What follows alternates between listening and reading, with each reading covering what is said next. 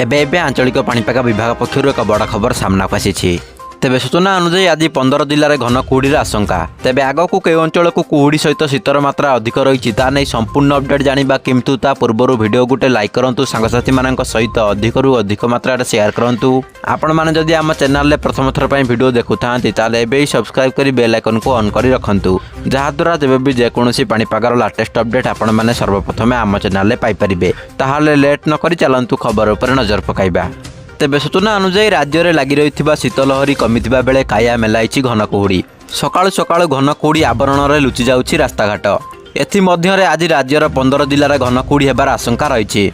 एने पाणीपाग विभाग पक्षर सूचना दि जाइछि। तेबे आज पुरी, खोर्धा, नयागढ़, गंजाम, गजपति, सुंदरगढ़, केन्दुझर, अनुगुल, ढेंकानाल, कटक, जगतसिंहपुर, कंधमाल, कलाहांडी, रायगड़ और कोरापुट जिले में कुहुड़ी हेबार संभावना रही। तेबे कुहुड़ी जनित समस्यार समाधान पर पुलिस और परिवहन विभाग को उपरोक्त जिलागुड़िक अधिक सतर्क रहा पड़ो बोली एसआरसी पक्षर कहुई। घन कुहुड़ी समय सड़क दुर्घटना को एड़ाई जातीय राजपथ गुड़िकर जानवाहन नियंत्रण करने को परामर्श दि जाइए। तेबे आपण माने वर्तमान वीडियोटी को केउं जिल्लारू देखुछन्ते एवं आपणक जिल्लार पाग किपरि अछि ता कमेंट माध्यम रे आमको जणांतु। जय जगन्नाथ।